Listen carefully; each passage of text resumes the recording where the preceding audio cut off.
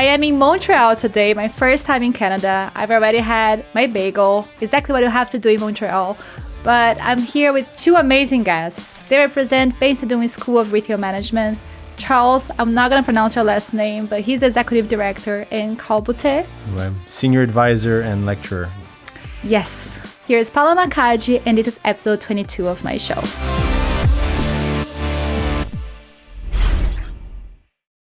Guys, welcome to the show. Thank you. Thanks for having us. All right, so the reason we are here is because there's a shift in retail leadership. I think retail leaders are struggling to find what is the new retail leadership that is necessary now. And you are in the School of Retail Management. And I want to understand why, first, there's a School of Retail Management and why it's not just a general course as it used to be. Okay. I'm not going to say that it's a pretty unique concept. I don't think there are too many in the world like this. But I wouldn't say that we're in Europe and even in schools like Parsons, they have fashion management programs. So within a narrow definition of retail, there are some programs. And in Europe, there's also programs around fashion. In Bocconi, there's a program around luxury and fashion. ESSEC has the same thing, or luxury and fashion. But there's a real gap as far as if you're looking at the broader sense of retail. If you go from a Walmart, the biggest company in the world and the biggest retail player and historically brick and mortar, to Amazon, to even some of the tech players playing in this space like Shopify, a homegrown Canadian talent, or Lightspeed, a homegrown Montreal talent. So there's an industry that is incredibly important for the economy. In most economies, it's probably the number one industry at least from a job perspective. And there's very little done in terms of education for that space. And I would say even in historical terms, it was important to create such an institution. You have it for healthcare, you have it for finance, you have it for accounting. So it makes sense to have it for an industry as important as retail, and has become that much more important since, I would say, the last 10 years have been very transformative for the retail sector. With the rise of Amazon, but obviously with what's happened with COVID, and to a certain extent, the turbulence ever since COVID. Yeah, I understand that there's this dedicated education program for the industry. And I agree. I wish I had that when I was studying, right? We get that a lot from a lot of retail leaders. Yeah, and how did that came to life? Okay, so I did talk about fashion as being already having some education around there. And the origins of the story come from a fashion retailer. It comes from Aldo Bensadoun and his feeling that there was not any adequate training in and around retail. And this goes back even into the more traditional times of retail, where it's mostly brick and mortar focused with a little bit of e-commerce, but not the way it is now. And he really felt that there was a great need to create the leaders of tomorrow in this industry. And there was a great lack in this space everywhere he looked. He's born in Morocco, studied in France, went to Cornell, ended up at McGill. So he's got a pretty broad mindset and created quite an outstanding company with Aldo. And that's where it all started. So he wanted to create a school that would train the future leaders in retail. And that, as I said, that goes from a Walmart to an Aldo to, if we look at one of our biggest partners, Couche-Tard, or Circle K, as most people would know it, which is the biggest company actually in Canada. So that's where it all started, and he made a major gift in May of 2017, or an announced gift in May of 2017 at McGill University to create the school at McGill. I think the problem with retail is that when you think about, I'm going to work in retail, people think usually people get into the industry working on the floor, and then they discover their passion there, they start growing from there. I think I was lucky enough to find this industry. I never woke up and say I'm gonna work in retail. I think that must be a challenge too. What is the profile of the students that come to McGill? With all the things that were happening with Amazon and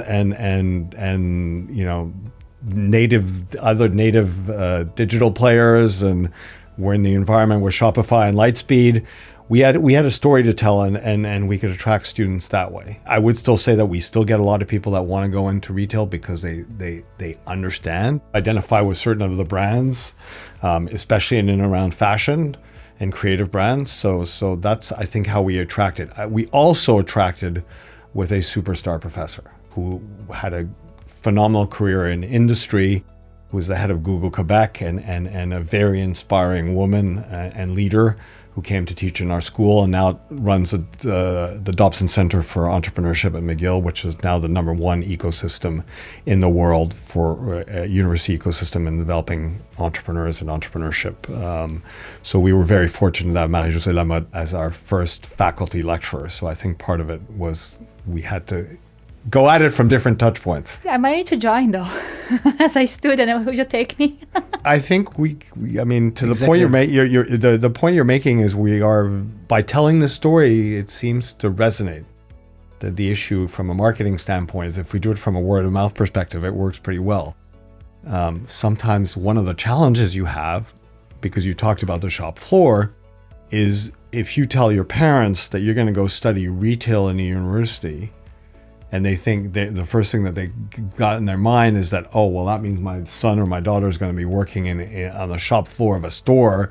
Like, we didn't do all this so that you're going to be working on the shop floor. So there is that challenge, and sort of, I don't know whether one would call it a stigma, but it's something that we need to address. And Carl, you deal with a lot of students, right, in your day by day. What do you see is the biggest motivation for them to come? Well, they see the diversity now, and they understand that the industry is more than just a shop floor. First of all, the students, especially at the undergraduate and even master's level that we have, most of them are digital native themselves. So they're very familiar with all the technology touch points. So that already is an incentive, and they're excited about kind of learning more about that because they see all the emerging technologies coming, and that's what I teach. So they have a lot of questions and curiosity about how that's going to evolve. And so those are the ones I see sort of at the forefront. But I think as well they appreciate, and this I think speaks a bit to the purpose as well, is you know, the idea that it's an ecosystem, right? Retail is no longer just the shop floor. It's no longer the department store. It's just part of something much bigger. So it could be part of social media. It could be part of digital commerce. It can be part of immersive virtual reality, things like that. So these are all exciting things for them. And some of them are just as interested in I have students right now that are on the HR side and working with human capital and trying to better understand where this is all going for that purpose, to better train them or better understand how to hire. But it's a very broad, and I think one of the most interesting things we have at the school is a lot of these challenges that we host as well too, that bring them to much more experiential types of learning. And we have a lot of guest lecturers like yourself who coming to join us tomorrow afternoon. So we bring a lot of real world experience to the table, which maybe the other programs don't have as much of. And what is that was lacking in a traditional course that at your school students get to understand the industry? You learn about accounting, you learn about marketing, you learn about finance. But one of the cool things about what we do is you get to apply it to an industry. So even if you want to work, even if you don't want to work in retail, because there isn't that program very often offered that way that looks at it from a transversal perspective, it's a great way to understand how, if you're focusing on finance or you're focusing on marketing or you're focusing on data analytics, how does that apply to an industry? And so you get to see it brought to life. And the other thing that Carl really mentioned, which I think makes us very different to most other units within McGill and other universities, is the experiential component. And because we're in an industry that's fast-paced, fast-moving, everything is up to date. So, our slides are up to date. We bring in guest speakers. We do class projects. We have these pretty cool competitions that we can talk about. And so I think that makes a huge difference for our students. And then we have a particular area of expertise, which is, I think that differentiates us also, is we're very strong in and around data analytics. And you come with working with the leadership in retail for a while, right? So you have been in touch with all these leaders for all these years. How do you see the leadership needs changing? Yeah, well, I think there's a lot more sensitivity to the broader scope of saying, okay, retail is all about, performance, sales, merchandising, optimizing, a lot of data, but it's also broader than that. It's about sustainability. It's about understanding, sort of social issues, understanding health related, for instance, if you're in the food sector. So is there an education out there that can give a bit of inspiration around those different topics, not just the hard units, but some of the broader ones as well too. So I think leadership today is looking for that kind of maybe broader minded, more curious individual that's going to bring the business to the next level while understanding all these components, yet still obviously optimizing the business, delivering on the results, but understanding those results go beyond just dollars and cents or top line, bottom line, revenue and profits, that there's other elements which we deal with a lot at the school as well with the different initiatives, challenges we have around sustainability and things like that, for instance. Yeah, and I think we are all, I don't know about you, but I feel we are all trying to learn how to be more sustainable. We are all trying to learn to be more ethical in the way we produce and deliver and everything, right? Like it's so hard. It really is. Because the companies, they want to be more sustainable, but they start with, but how?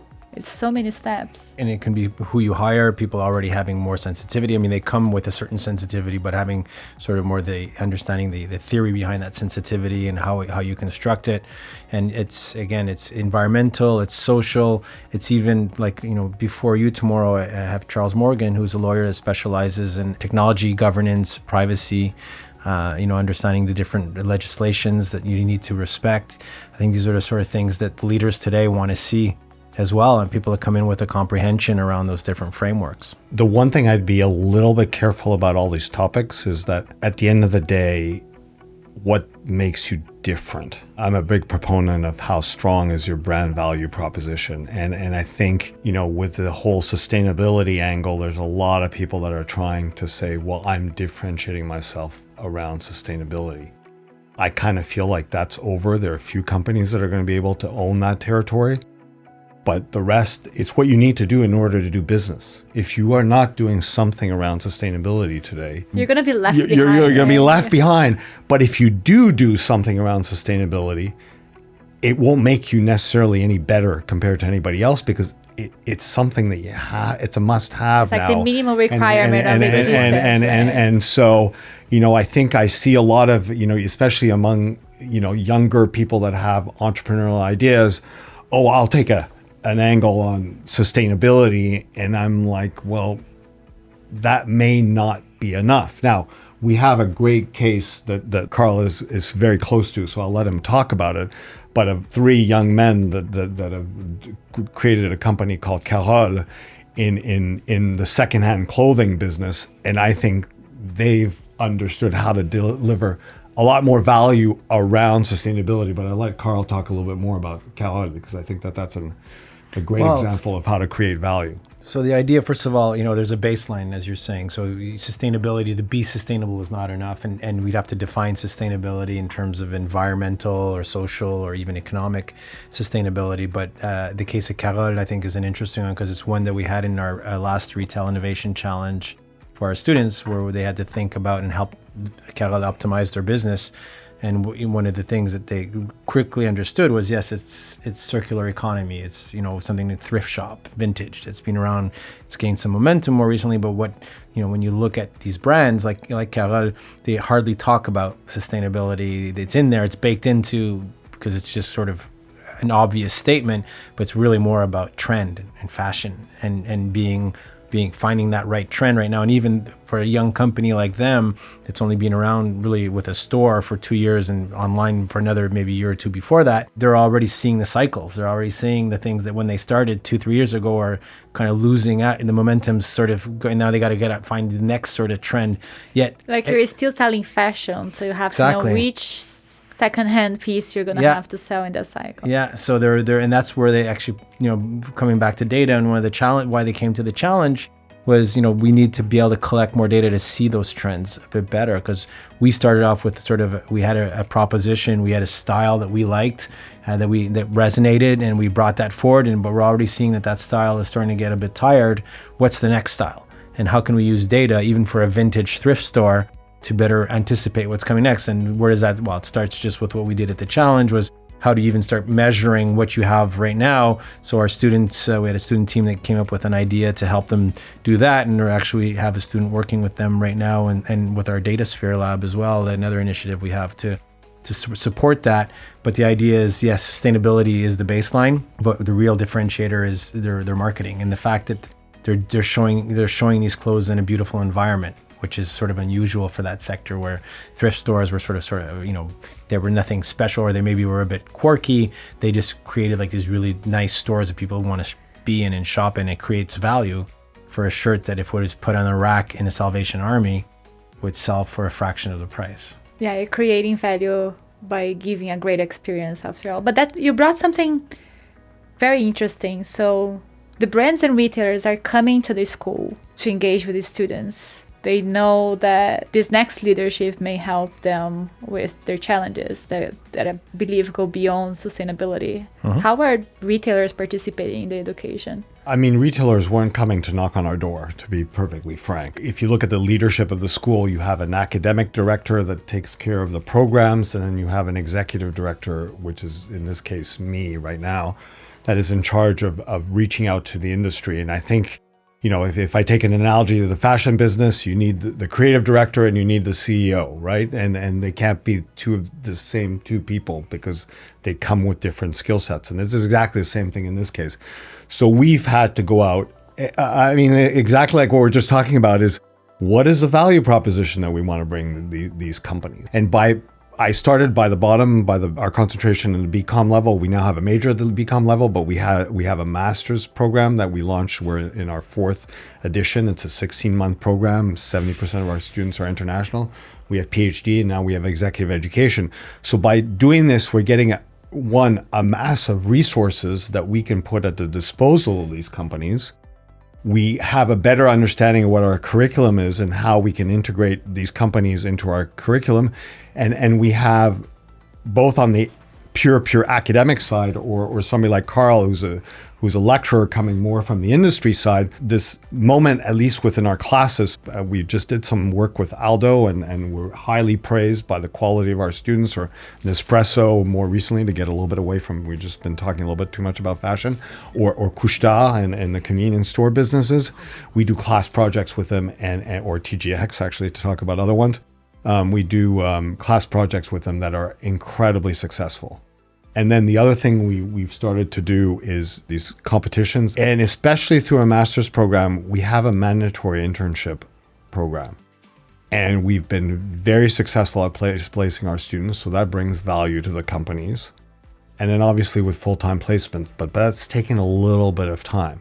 So by offering, to a certain extent, probably one of the more extensive menus in an academic institution that corporate partners can choose from, and we can deliver on, we have built now a pool of companies that we're engaging with that we can really say are starting to become what we would call key accounts for us. So we really had to go out there, develop a series of products to a certain extent, like be it internships, class projects, guest speaking opportunities, competitions, research projects, and go out there and say, okay, well, do you want to, you as consumers, do you want to engage with us and buy those products and services and engage with our students? And I think now we've got them, we've put the foundations in, we've proven ourselves, and I think we're starting to reap the rewards. I think one of the things that often people, we're talking about data, we're talking about sustainability, we're talking about these things, but at the end of the day, what is retail? I mean, part of it is very functional, convenient, whatever.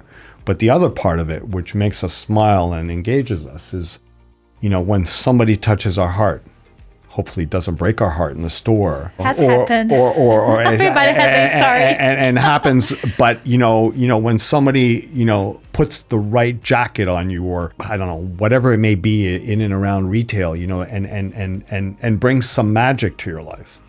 And that can be very, very basic, because I'm talking, we might be talking about the more creative experiments. But one of the things that we're realizing is even food grocery retailing.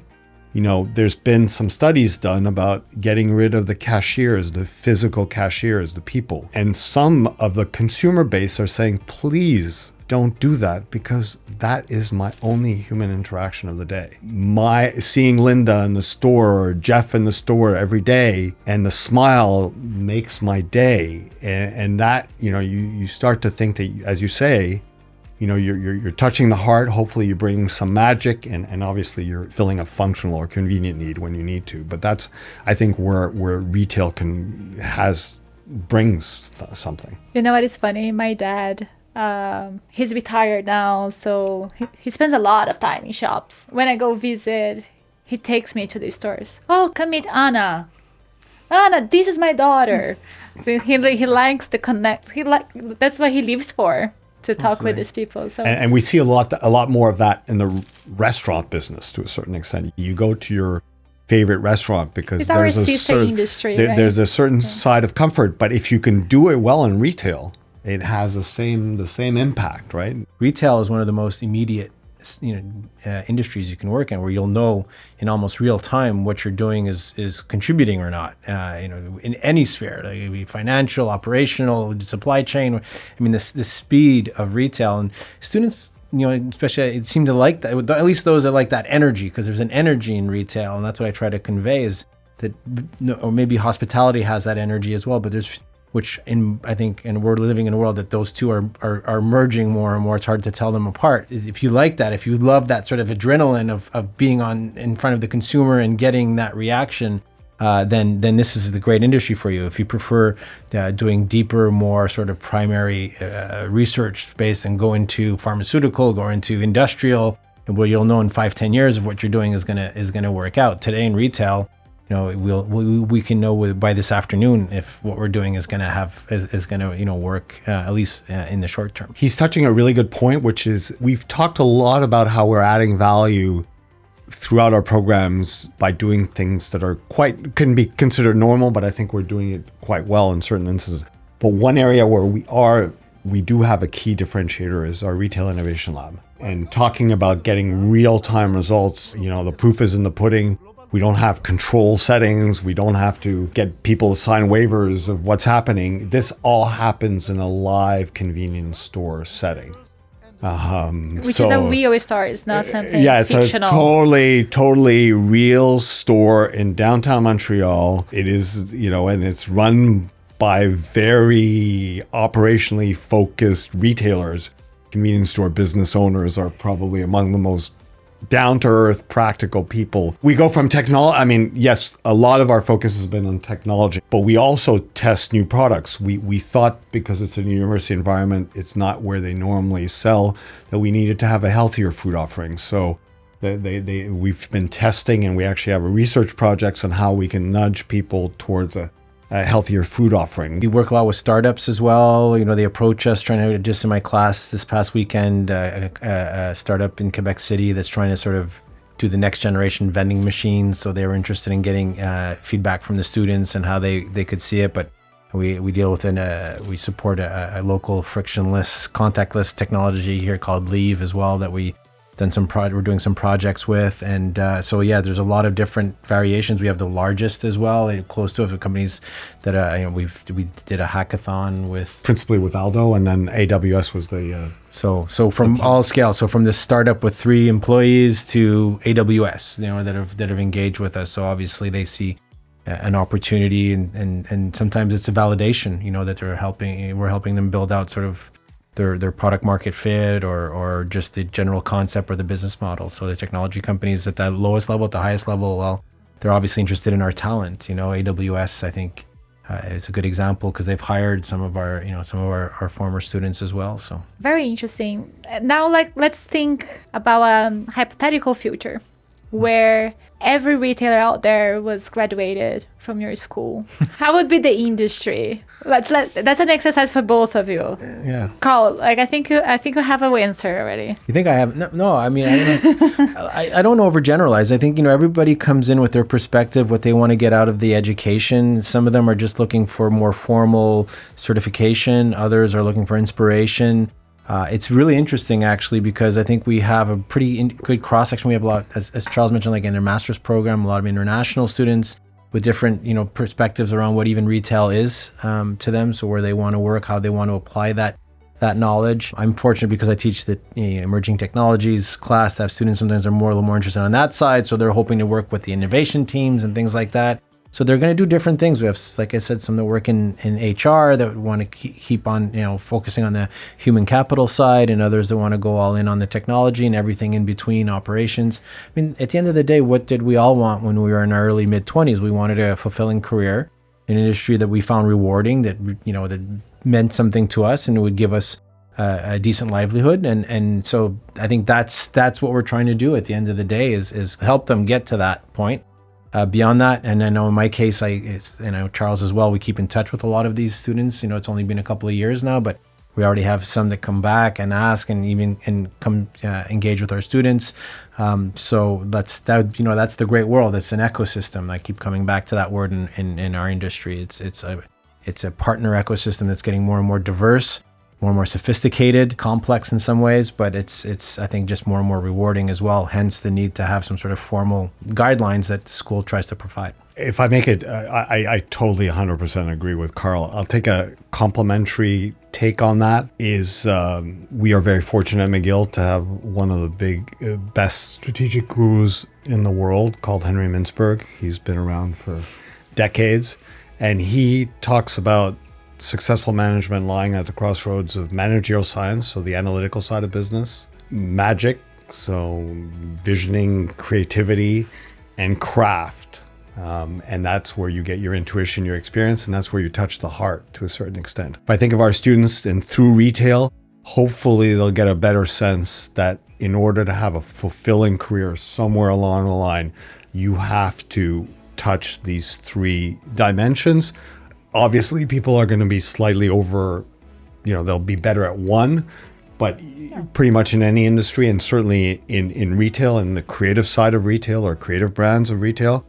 And I would hope that they do this in a sustainable way. And if I look at sustainability, I think that Carl alluded to it, that they think about it obviously from an environmental standpoint, but also from an organizational standpoint, from people's side, and they have a little bit more respect for the people they're engaging with and with themselves. And the financial, which is obviously for sustainability, you have to have some kind of financial sustainability. But I would add a fourth dimension, which has become super important since COVID, is societal sustainability. And we are doing quite a lot at the local level to help as far as, keeping our societies as dynamic as possible. And we can definitely get into discussions about what that means in smaller towns and where they don't have any more retail. And as a result, there's sort of a death of the community spirit when that happens. Yeah, retail has a urban responsibility, right? It's part of what makes a city, a town, a society. There are a few retailers that well, if I bounce back on what you're saying, sorry to interrupt you, but you just look at Walmart. I mean, Walmart was considered when it first came out, everybody was saying it's a community killer and it has done damage to smaller businesses. I'm not going to deny that, and it probably continues to do that. But if you looked at COVID and the way that Walmart was communicating, they're so ingrained in communities now that they're telling people that they were creating jobs, helping the communities. They were giving back to the communities. You saw a totally different way of communicating from Walmart. So you're talking about, this, and I'm not necessarily being a proponent for Walmart's and Amazon dominating the world. Totally on the contrary. But I just thought it was just interesting to see how Walmart really started to take a community take, which it hadn't done, I don't think, any time before that. One of the things I've noticed, especially, and it came around the same time as the school started, was municipalities taking an interest. Retail up till about less than a decade ago was considered this self-sustaining ecosystem that would just take care of itself. Well, okay, that's okay. That store closed, another one will take its place, so maybe they just, they retired and they shut down the shop, and somebody else came in, rented that space, and maybe did the same business or did a different business. And then with the rise of some of the larger retailers, international retailers coming in, and including Walmart or others that were sort of taking away the business from that downtown core, the cities, the municipalities started paying more and more attention to our sector. And all of a sudden, even the governments, and even for taxation reasons and all these other components came in and said, they started paying attention to our industry. We see some government, we have lots of government support now to do this tour provincially, where we're going to all these secondary markets, because they're interested in doing everything they can to support the retailers and make sure that they can thrive in their environments, because they know it directly correlates to people's satisfaction of living in those cities. Because if they lose the hardware store, if they lose the grocery store, if they lose the clothing, whatever, it just one step at a time, the people feel less and less engaged with that city and that community, as Charles pointed out. And it really sort of timed itself with the school. It was an interesting how both things kind of came around at the same time. So we're very fortunate to have, I guess, the support of those partners and the interest of all the others that have come along since, that we work with now when we do this tour. And we're up to 14 cities, I think we've gone. Yeah, 14 cities. 14 cities that would have never done, like a decade ago, would have never even thought of. But if I just may add, because our vision for the school is to be the best academic institution in the world dedicated to the future of retail. So yes, and that has this tension as far as we're concerned, because we've been talking about the local level, which is very important for us to play our role. But I just want to make sure, one of the things I want to make sure that our students come out of is that they are global citizens and view retail from a global perspective. We have students from all over the world. Our curriculum is very international. Our professors are very international. Our guest lecturers are very international. Very international, exactly, as you were rightly pointing out. But now what we want to do is go out to the world. And one of the things, we went to Dubai with our students, but that was all thanks to a gift from a big partner of the Aldo group, and they're called the Apparel Group, and run by Seema and Nilesh Vedder, created and run by, and because of that, we were able to go to Dubai, and we're really looking to see how, as a school, we can internationalize our operations. And we probably can't do that everywhere, but if we can start with, let's say, the UAE and the surrounding countries within the Middle East region, and all the exciting things that are happening from a retail standpoint, it's difficult not to go to Dubai and not be amazed by what's happening from a space there. So that's one of the tensions we have, is how do you be a locally responsible player while fulfilling our global mandate. One of our guest lecturers last year came from University of Bath, and she talks about glocal. That's the new thing, the whole glocal movement. And we've had, last year our students went to London, right? So they even had that with your guest from an episode not too long ago with Ollie Banks. Our friend Ollie Banks went and met in London, a former innovation lead at Tesco. So they definitely get a global perspective. Obviously the Dubai trip, I think, was a little more expanded, but there's this opportunity to really expose them. And just by being by default, and you'll see this when you come in the class, when you see the international breadth of students that they get to engage with, including students right now who are in Asia doing their internships, we see that it gives them a lot of different perspectives, and that's what we encourage, and that's what even our partners like to hear about too. We bring that all back. Even when we go around to our local 14 cities, we even are able to bring those perspectives as well. I guess we have similar missions in this life then, because OFFBounds was created for literally that, to bring the different perspectives from different markets, because we can all learn from each other. Now, last question, and that's for each of you. What would you say to someone that is starting now? Someone that decides, yes, I think I want to go to retail. What is your advice? Charles, want to start?